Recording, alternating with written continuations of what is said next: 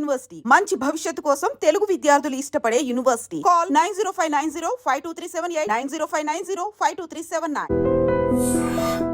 Sir ఇంకో last case అనుకుంటా, బహుశా నాకు తెలిసి చెన్నైలో మర్డర్ చేసి 5 కేజీల బంగారుతో పారిపోయి వస్తున్న వాళ్ళని మీరు ఎలా పట్టుకున్నారు? పట్టుకోమని చెప్పింది ఎవరు? ఏమండి, ఇది చాలా పెద్ద కేసు అండి. ఇది కూడా ఒక ప్రౌడ్ కేసు. ఇప్పుడు లైఫ్ అంతా రిటైర్డ్ అయినా కానీ జీవితంలో ఏం సాధించామనటానికి కొన్ని ఇంపార్టెంట్ అయిన విషయాలు ఉంటాయి. అవి ఖచ్చితంగా ఇప్పుడు మనం కేసా కాదనేది కాదు, కానీ అది తృప్తినిస్తాయి మాకు జీవితం.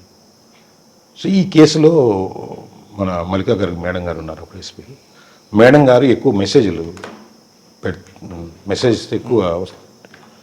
సో మేడం గారు ఆ రోజు మేడం గారి మెసేజ్కి నేను ఒక స్పెషల్ రింగ్ టోన్ పెట్టుకున్నాను. అంటే చాలా రింగ్ టోన్స్ చూడడం, కానీ మేడం గారి మెసేజ్కి ఒక సపరేట్ రింగ్ టోన్ పెట్టుకున్నాను. ఎస్పీ గారు ఏదో మెసేజ్ చేశారు, ఐడెంటిఫికేషన్.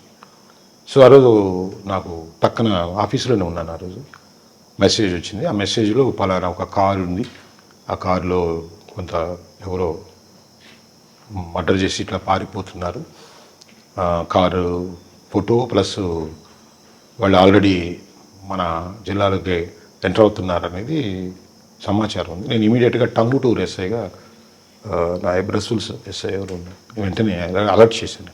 ఇమీడియట్గా అలర్ట్ చేసిన, ఫోన్ చేసేసి నువ్వు ఖచ్చితంగా ఎంతసేపు ఫాస్ట్గా వెళ్ళిపోమన్నాను. నేను కూడా అక్కడికి వస్తున్నాను, వెళ్ళిపోమన్నాను. నేను ఆల్రెడీ బయలుదేరాను. నేను దారిలో ఉండగానే ఆ కారు సైట్ అవ్వడం జరిగింది. సార్ కారు సైట్ అయిందన్నారు. నేను నో టైం నేను వచ్చేస్తున్నానన్నా, జాగ్రత్తగా అన్నీ లాక్ చేసి ఒకవేళ కొట్టి పారిపోతారేమో, ఆ ఛాన్స్ కూడా ఎవరికి ఇవ్వద్దని చెప్పాను. సో లక్కీగా వాటిని పట్టుకోవటం జరిగింది. ఇమీడియట్గా నేను 2 నిమిషాల్లో అడిగి చేరిపోయాను. బండిని తీసుకొచ్చి వాళ్ళు ఎవరిని దిగనీయకుండా పట్టుకున్నాం. సో మొత్తం వాళ్ళ గోల్డ్ అంతా కూడా బండిలోనే ఉంది. 5 కేజీల బ్యాగుల్లో ఎన్ని పెట్టుకుని చాలా గోల్డ్ ఉంది దాంట్లో. క్లోజ్ చేసాము. వాళ్ళ భాష నాకు అర్థం కావట్లేదు. సో ఇమీడియట్గా మేడం గారికి చెప్పాను, ఇట్లా బండి దొరికిపోయింది అని ఫోన్ చేసి చెప్తే, ఆ ఫోన్లోనే మేడం వాళ్ళతోటి మాట్లాడిచ్చు. వాళ్ళకంటే వాళ్ళ భాష మేడం అంటే కొంచెం హిందీ వచ్చు కాబట్టి హిందీలో మాట్లాడింది మేడం. సో ఇండైరెక్ట్గా మేడంకి దొరికిపోయారనేది ఆ మేడం గారు కూడా చెన్నై వాళ్ళకి ఇన్ఫర్మేషన్ ఇచ్చుంటారు. ఆ తర్వాత ఈ బంగారం మళ్ళీ ఇంపార్టెంట్.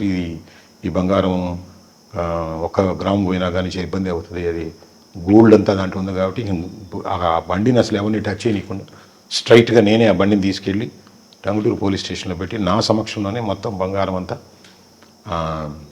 సేఫ్ గార్డ్ చేసుకొని చెన్నై పోలీసులు వచ్చేదాకా నేనే కాపలా కాసుకున్నాను. యాక్చువల్గా ఒక చిన్న ఇది జరిగినా కూడా మనం చేసిన ఎఫర్ట్ కానీ మనం చేసిన కష్టం కానీ ఎంత కూడా మసక బారిపోద్దని, అంటే నేనేం ఆ కింద అధికారులను అనుమానిస్తున్నామనో లేదా పక్క వాళ్ళని అనుమానిస్తున్నామని కాదు, ఒక సమూహం కదా డిపార్ట్మెంట్లో ఏ చిన్న పొరపాటు జరిగినా మాట వస్తుందని చెప్పేసి నేను కూర్చొని వాళ్ళ చెన్నై పోలీసులకి దగ్గరుండి పిన్ టు పిన్ అన్నీ అప్పచెప్పి వాళ్ళ ఆ రోజు చెన్నై పోలీసులు పొగడతలు కానీ వాళ్ళ చాలా హ్యాపీ అయింది. వాళ్ళు పదే వాళ్ళు కూడా చాలా హ్యాపీ ఫీల్ అయ్యారు. అది చెన్నై కేసు అయినా కానీ ఫాస్ట్గా రియాక్ట్ అయ్యి మా ఎస్పీ గారు టక్కన మెసేజ్ పెట్టడం, ఇమీడియట్గా నేను అదే ఆ రింగ్ టోనే, దాదాపు రింగ్ టోనే, ఫోన్ కాకుండా జస్ట్ ఒక మెసేజ్తోనే రియాక్ట్ అవ్వటం. అంటే నేను ఆ రింగ్ టోన్ మేడంది సపరేట్గా పెట్టుకున్నాను కాబట్టి. రింగ్ టోన్ లేకపోతే అది గుంపులో అంటే అనేది కాదు, అది ఎప్పుడైనా మెమరీస్ కొన్ని ఉంటాయండి. ఒక రింగ్ టోన్ నేను మార్చి పెట్టుకోవడం మంచిదైంది అనిపించింది. తర్వాత అడివే ఉన్నారండి, అప్రిషియేట్ చేశారండి. చెన్నై పోలీసులు అయితే ఇక మామూలు కదా, ఫుల్లీ హ్యాపీ. వాళ్ళు కేసు వాళ్ళది కదా, టెన్షన్ వాళ్ళది. యాక్చువల్గా దాంట్లో అది ముందుగానే వాళ్ళ డ్రైవరును వాడు గుర్కా వాళ్ళు ఉంటారు అక్కడ, వీళ్ళు కర్ణాటక వాళ్ళు ఏదో బిడ్డలు అక్కడ ఉంటే పోయారు. వీళ్ళు గౌడ్ షాప్ ఏదో వీళ్ళకుంది, టెంపరీగా వాళ్ళు లాక్ చేసుకొని పోయారు. వీళ్ళు పలానా తేదీ వస్తామన్నప్పుడు వీళ్ళు రాగానే వాళ్ళు ఎంటర్ అవ్వగానే ఇది ప్లాన్ చేసేసుకున్నట్టున్నారు. సో వీళ్ళు వెళ్ళి వాళ్ళు ఎయిర్పోర్ట్లో దిగగానే ఈ డ్రైవరే పోయి పిక్ చేసుకొని ఇంటికి తీసుకొచ్చి ఆల్రెడీ ప్లాన్ చేస్తున్నారు కాబట్టి వీళ్ళు లోపల పోగానే వీళ్ళని చంపేసేసి వీళ్ళ దగ్గర ఉండే లాకర్స్లో అవన్నీ తీసుకొని దోపిడీ చేసుకొని తాళం వేసుకొని రావడం జరిగింది. సో అది చెన్నై పోలీసు తమిళనాడు కేసు అయినా కానీ మన ఆంధ్ర పోలీసులు పట్టుకొని విత్ గోల్డ్ అండ్ ముద్దాయి. It's a proud moment. అట్లాగే ఇంకొక ఇన్సిడెంట్ కూడా ఉందండి చీరాలు. అది కేసు కాదు, అది శ్రీకన్య లాడ్జ్ అని ఒక లాడ్జ్ ఉండేది అక్కడ. శ్రీకన్య లాడ్జ్ ఎక్కడ? చీరాల్లో. ఎస్ అయినప్పుడు నేను ఈ ప్యాసింజర్స్ దిగిన తర్వాత, సార్ నా డబ్బు పోయింది సార్, ఈ రూమ్లో డబ్బులు పోయినాయి అని చెప్తుండేది. ఏదో 1000 రూపాయలు పోయినాయి, 2000 పోయినాయి అంటే లాడ్జిలో డబ్బులు పోవటం రూమ్లో ఏంటంటే ఎప్పుడు విచారించినా దాని తాళం మాస్టర్కి ఉంది, ఎవరు కంప్లైంట్ చేయట్లేదు, వీళ్ళు కంప్లైంట్ చేస్తున్నామని చెప్పడం అనుకునేది నేను. ఒక ఫారిన్ లేడీ దిగింది దాంట్లో, ఫారినర్. ఆ ఫారినర్ నాది ఒక 10,000 రూపీస్ మనీ పోయిందని పోలీస్ స్టేషన్కి వచ్చింది. ఆ రోజు ఏదో చాలా బిజీగా ఉన్నాం, సిఐ గారికి ఏదో ఇన్ఫర్మేషన్ ఇచ్చింది. సో నేను సాయంత్రం ఉండి సిఐ గారిని కలిసి ఇది బందోబస్తు ఏదో ఉంది సంథింగ్. సరే ఇది బందోబస్తు కాదు, ఎవరో అమెరికన్ లేడీ వచ్చింది, డబ్బులు పోయినాయి అంటే చాలా ప్రాబ్లం వద్ది అది అంటే. ఏ హోటల్ సార్ అంటే ఏదో శ్రీకన్య లాడ్జ్ అంటే నాకు డౌట్ వచ్చింది. అప్పటికే 2 రిపోర్ట్లు డబ్బులు పోయినాయి వచ్చింది. అగైన్ ఒక ఫారినర్ కూడా మనీ పోయినాయి అంటుందంటే నాకు హోటల్ మీద డౌట్ వచ్చి ఆ రోజు ఆ రికార్డ్స్ అన్ని తెప్పించి, అంతకుముందు ఇట్లా నాకు కొంత మనీ పోయిందని చెప్పిన రికార్డ్స్ని కూడా వెరిఫై చేస్తే కామన్గా మేము అనలైజ్ చేసాం ఎవరెవరు పనిచేశారు అనేది. జనరల్గా ఓనర్లా పని చేయరుగా, వర్కర్స్లో ఎవరన్నా చేస్తున్నారా లేకపోతే ఎవరన్నా ఈ కీని ట్యాంపర్ చేశారని చూస్తే కామన్గా ఒక పేరు వచ్చింది. ఈ 3 రిపోర్ట్లు జరిగినప్పుడు ఒక పేరు కామన్గా ఉంది. సో ఆ కామన్గా ఉండేవాడు డ్యూటీలో ఉన్నాడు ఆ టైంలో అంటే ఉన్నాడు, ఆ మనీ పోయినప్పుడు ఉన్నాడు. ఇప్పుడు ఎక్కడ ఉన్నాడు అంటే ఆడు ఇంట్లో ఉన్నాడు. ఆమెకు తెలుగు రాదుగా, ఇట్లాగే కూర్చోబెట్టాను. నా దగ్గర గట్టి ఐడి పార్ట్ ఉండేది అప్పుడు, చీరాల చాలా హార్డ్గా ఉండేది కొంచెం. సో వాళ్ళు పిలిచి కామన్గా ఉండేవాడు, వాడిని ట్రేస్ చేసేసి నాకు ఫోన్లో చెప్పండి, ల్యాండ్ ఫోన్స్ కదా అని అంటే వాడిని పిక్ చేసేసి అక్కడే అంటే పిక్ అయ్యాడు సార్ అని. యాక్చువల్గా నా దగ్గర కూర్చొని మాట్లాడుతుంది, వాళ్ళు తీసుకొచ్చారు. తీసుకొస్తే పక్క రూమ్లో హార్డ్ ఇంట్రాగేషన్ ఏమన్నా, ఈమె కూడా కేకలు వినపడుతుంది. వాట్ ఆర్ డూయింగ్ అని. వెయిట్ అని అడ్మిట్ అయ్యాడు సార్ అన్నాడు. ఎక్కడ పెట్టాడంటే చెట్లు పెట్టాడు సార్, క్యాష్ అన్నాడు. యాక్చువల్గా ఆమె ఢిల్లీలో డ్రా చేసింది ఆ డబ్బు. ఆమె సీల్స్ కూడా ఢిల్లీ సీల్స్ ఉంటాయి, 10,000 అట్లాగే ఉంటాయి బండిల్ మీద ఉన్న. అంటే సీల్ కూడా ఆమె ఢిల్లీలో డ్రా చేసింది చేంజ్. సో ఇమీడియట్గా పట్టుకురమ్మన్నాను, పోయి తీసుకొచ్చేసి ఆ క్యాష్ టేబుల్ మీద పెట్టాను. ఆమె అది చూసిన తర్వాత సీల్ ఉంది కదా, ఆమె డ్రా చేసుకున్న ఢిల్లీ సీల్, ఆమె రియాక్షన్ అంటే ఎట్లా అంటే ఈ టీం చేసిందంటే ఓ గ్రేట్ టీం అని మా అందరికి హగ్గులు ఇచ్చి కిస్సు పెట్టి ఒక 20 సార్లు అని ఉంటుంది. It's not possible in America. Just నన్ను కూర్చోబెట్టి నా పోయిన మనీ తీసుకొచ్చి టేబుల్ మీద పెట్టేవారిని. అసలు it's not possible in America అని మళ్ళీ మన సిఐ గారిని it's not possible in America.